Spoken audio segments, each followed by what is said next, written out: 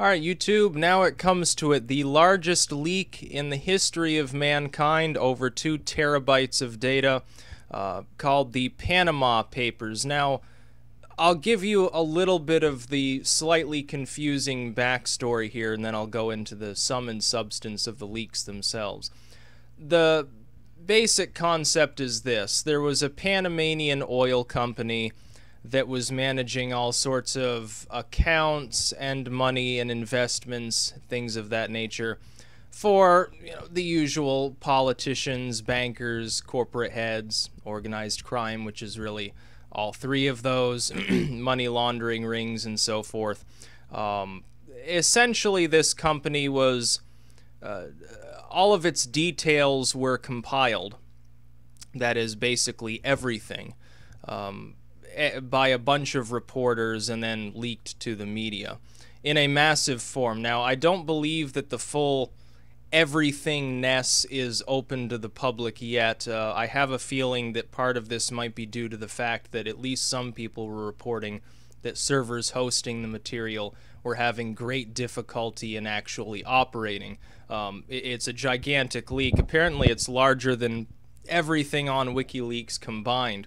And it took them a year to compile it all, and this was a team of hundreds of reporters. Now, the first thing I saw, and this is why I say that this is a deeply troubling leak. It's valid material. It's legitimate. It's real.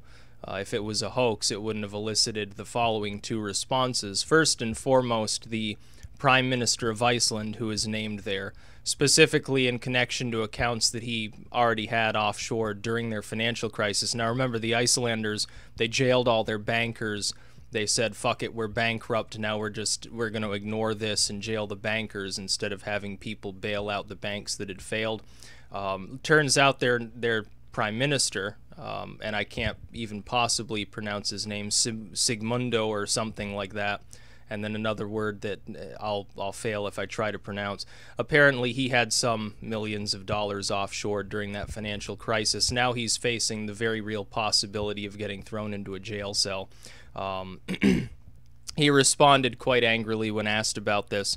And now there are calls for a snap election, which basically means the people of Iceland get to vote on whether they think their prime minister should continue in that capacity or should be taken down and probably thrown to the icebergs or something like that. That was the first thing. I can't imagine that they would call for a snap election for no reason.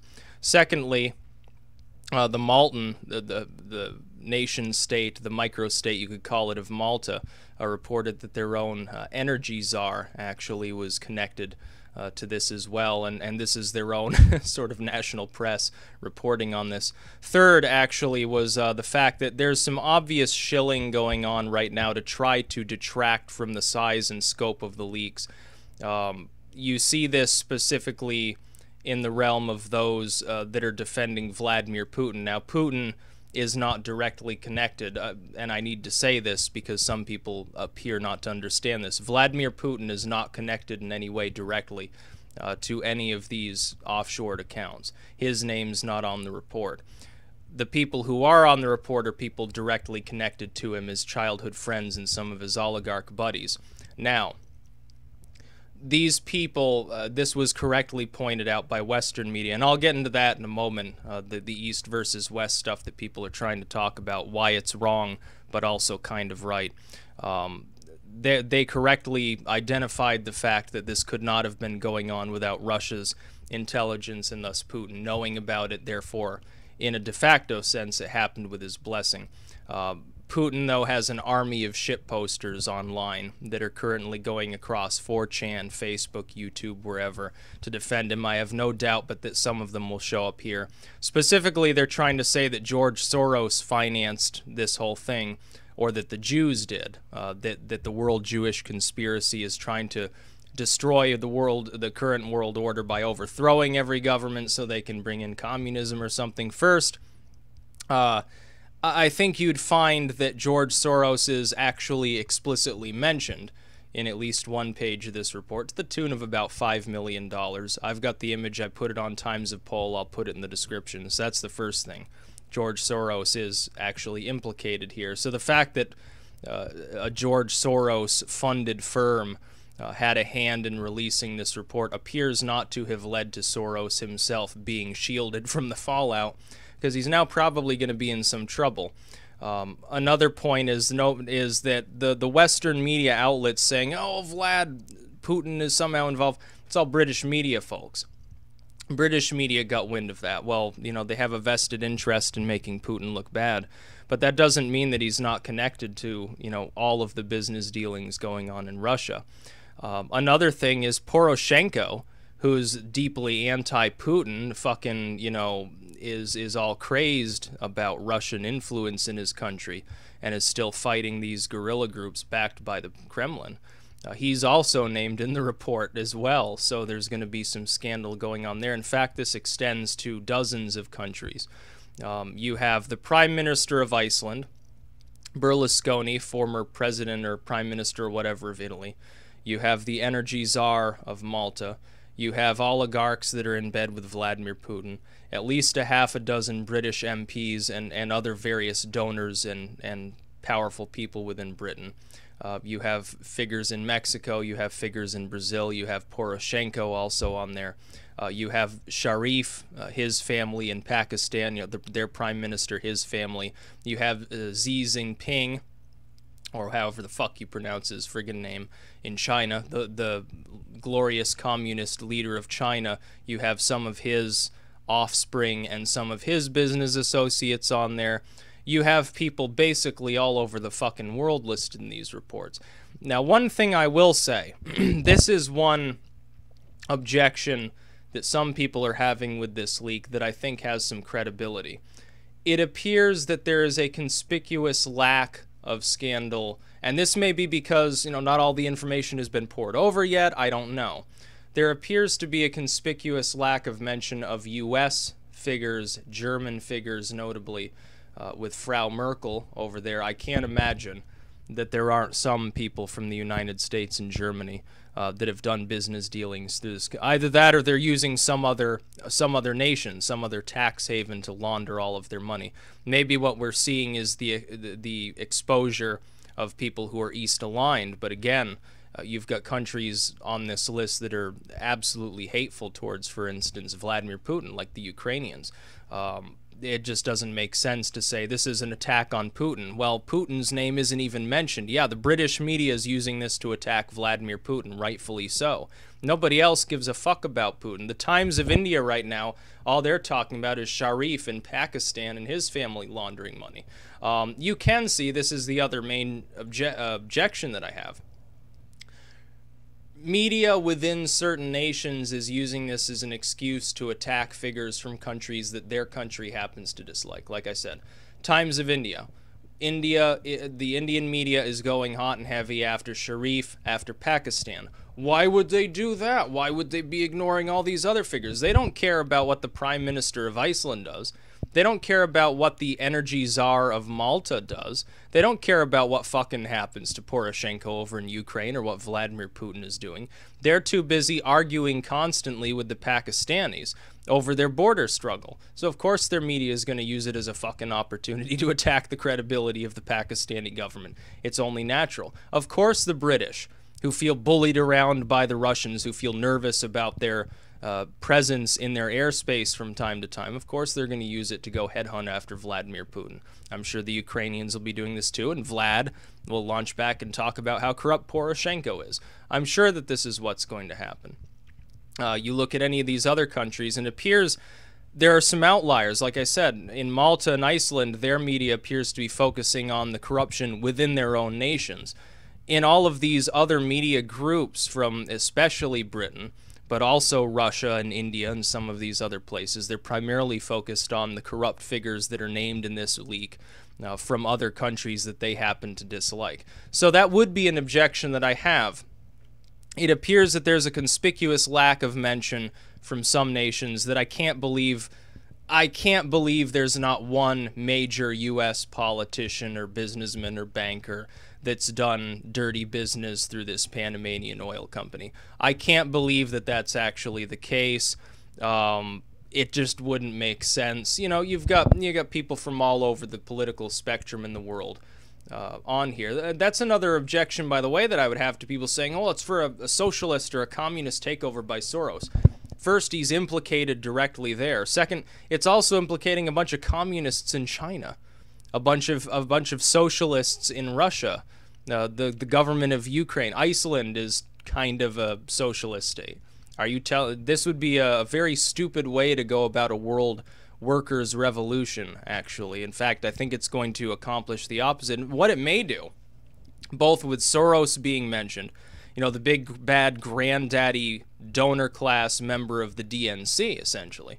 What could happen here in the United States between that and the fact that there are conspicuously communists and socialist nations mentioned on here, I think it's going to give a great deal of power to the rising far right in any country where nobody's being mentioned. The United States, Trump's going to have a field day. If Donald Trump gets wind of this, he's going to say, look, I told you the donors were all corrupt, bought off greedy assholes, and I want an investigation into our politicians to see if any of them have been using this Panamanian oil company.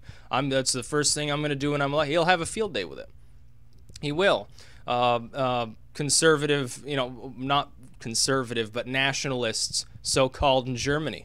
They're going to say, oh, well, Merkel must have some involvement here. Look, the socialists are all corrupt, but she's trying to protect herself.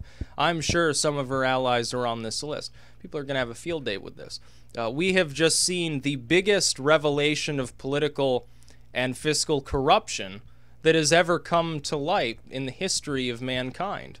And there are people who are acting like this isn't a big deal, like it's just a hoax or a shill job or something. This is the single biggest revelation, the single biggest scandal that we have ever seen in this fucking world. Right in front of us right now. It's so large that these servers can't even really provide the data properly because they're getting overburdened by the sheer weight of how much there is. They're crashing or slowing way down, and people can't even get them to operate. I think one of the sites that was hosting many of these files, and I think it was still just a proportion of the total number of pages, it got locked down into security mode and started asking people if they were bots, because I guess their security service figured that the amount of data flowing indicated that they were being attacked or something. I mean, it's spectacular, and all the media can do in any of these weirdo fucking nations is talk about the leaders that are embroiled in this corruption that they happen not to like. Well, you know, your own leaders, generally speaking, are on this list too. There are to the British media, there are British MPs on this list. Why are you so single-mindedly fixated on what fucking Vladimir Putin is doing? To the Times of India, you're so worried about the fact that the Sharif family is corrupt. Of course they're fucking corrupt. This is what people need to take away from this scandal. They're all fucking corrupt. There's not a single person, hardly, in politics anywhere in the world who heads any bank, who manages more than a few $1 million at most, who isn't offshoring a large proportion of their wealth. That wealth is being steadily siphoned away from the entire world population. I'm sure somebody like Soros would love to turn this into a referendum on the rich. The thing is, though, it's not about people having more than other people. It's not about wealth at this point. It's about a handful of people who are politically connected. Not just rich. You can be as rich, you can be Bill Gates wealthy, and if you just sit on your wealth and don't do anything, you're not doing anything wrong. Yeah, you're rich. Who cares? Are you buying off senators? That's the real issue. Are you buying off senators? Have you bought off a prime minister lately? Are you using your money to have people killed or something like that? That's all going through these money laundering schemes around the world. It's not just Panama, by the way. Panama is a big one. Qatar is another. Notably, Qatar is another. Cyprus is a tax haven as well. You know, some of these other small, they're usually small. Switzerland, to an extent. I like to believe the Swiss are noble enough not to get embroiled in some of the worst aspects of money laundering. But I mean, They stored stuff for the Nazis and still won't open up their crypts for the world to see all the stuff that's stashed in there, all the, I guess, Nazi gold and things that they have in their tunnels under the mountains. It's a little bit like Duran's Volk or something like that, honestly, to tell the truth. This is potentially the biggest political scandal, certainly the most wide-reaching, but potentially the worst and biggest political scandal to hit mankind in history. This doesn't go to one nation, say, well, here's a list of the people in your nation that are doing criminal things or potentially doing criminal things. This goes to almost every nation. This goes to dozens and dozens of nations. We're talking about, I think it's up to 14 now, leaders of nations and ex-leaders of nations. We're talking prime ministers, presidents, ex-prime ministers and presidents. The ex-president of Argentina is on the list. Like I said, I believe it's the Sheikh of Qatar. I believe it's former leaders of, or the Crown Prince or some bullshit in Saudi Arabia. You know, some of these are Western allies. Now, if this was a Western attack on the East, you wouldn't expect necessarily to see Saudi Arabia and a bunch of British MPs mentioned. You know, Germany's conspicuous absence is a little troubling, but I don't think you'd find nations like that on the list. I just don't think, even Italy, I don't think you'd find Italy on the list either. I mean, who would try to fuck with the Icelanders by launching an attack? Oh, the West is going to take down Vladimir Putin and all of his allies. Why would they go after Iceland then? It doesn't fucking make any fucking sense at all. Why would they go after Pakistan? The U.S. bought and sold Pakistan 1,000 times over. And if this was some sort of attack by socialists or Marxists or whatever to try to overthrow the world order, pretty soon will enslave all of mankind. Why are people that are standing up to the Russians on the list? Why are communists in China on the list? It just doesn't make fucking sense. Now, what we see here, the data itself is largely non-biased. It's the analysis of the data by segments of the media that's biased. The British media goes after Putin. The Indian media goes after Sharif. The U.S. media, I'm sure it'll pick and choose which world figures it wants to report on. The only exceptions, really, again, Iceland and Malta, which shows respect to the people of Iceland and Malta, that your media is honest enough to report specifically, and in some of these cases solely, on the corruption within your own nations. Congratulations. You have shown nations like the UK and Germany and Russia how to actually properly run a system. May not agree with your fiscal views, but at least as far as your democracies are going, they appear to be pretty damn healthy. Your media's doing a pretty good job. So, yeah, kudos to you. No, this is the biggest piece of corruption that might have hit in mankind's history, and we're alive for it. And people are saying it's insignificant, that it's a hoax, that it's meaningless, that nobody's going to care. It's taken the entire world media by storm. This isn't just, oh yeah, CNN ran a report on it. This is every major world news outlet, along with all underground news outlets. Their videos are going up on YouTube, posts are being made on Facebook, everyone's tweeting about it. It's the whole fucking world. In fact, you could risk World War III over such a scenario. You get one nation, its leaders, you know, let's look at Pakistan and India. Now, as far as I know, so far, no major Indian figures on the list. I wouldn't be surprised if that changes. Right now, the Indian press is talking about how bad the Pakistanis are because their government's laundering money and so forth. Oh, they're so corrupt. They're evil. You know, what if Pakistan launches a diplomatic complaint and the Indians say, haha, fuck you, and then there's another border skirmish and someone fires an atomic weapon off? Stranger things, we almost had an atomic weapons exchange many decades ago because the Cubans got a hold of some nuclear materials. You know, one lowly Russia, I've told this story twice before. One lowly Russian sub commander, and he wasn't even like the main commander of the sub, by the way. He was the secondary commander of the sub while being the commander of that specific part of the fleet or something like that. Didn't make a whole lot of sense at the time when I read it. He averted World War III, averted an atomic war by not unleashing nuclear weapons when clearly the code of conduct that he was actually operating under in what was essentially a wartime theater at that point called for him to use them. people are gonna, I think, start getting a little bit nervous about all the people that are on this list. This implicates a vast array of people across the business sector, across the financial sector, across politics. In some cases, in some states, these are more or less enmeshed together. But what we should take from this is the entire fucking system is completely corrupt. All of these leaders, whether they're democratically elected or not, are using the same money laundering scheme in Panama, of all fucking places. Now, most people in this world can't even find Panama on a map. They can't. They can't find it. They don't know anything about it other than there's a canal there. Half of them probably don't know that. And yet this little tiny strip of land with this little canal that's being doubled in size right now, which is a good thing for world trade, I guess. This little country there, sort of at the crux between North and South America, is now pivotal in world events. So take that as you will, some links in the description. That's about all. Peace out.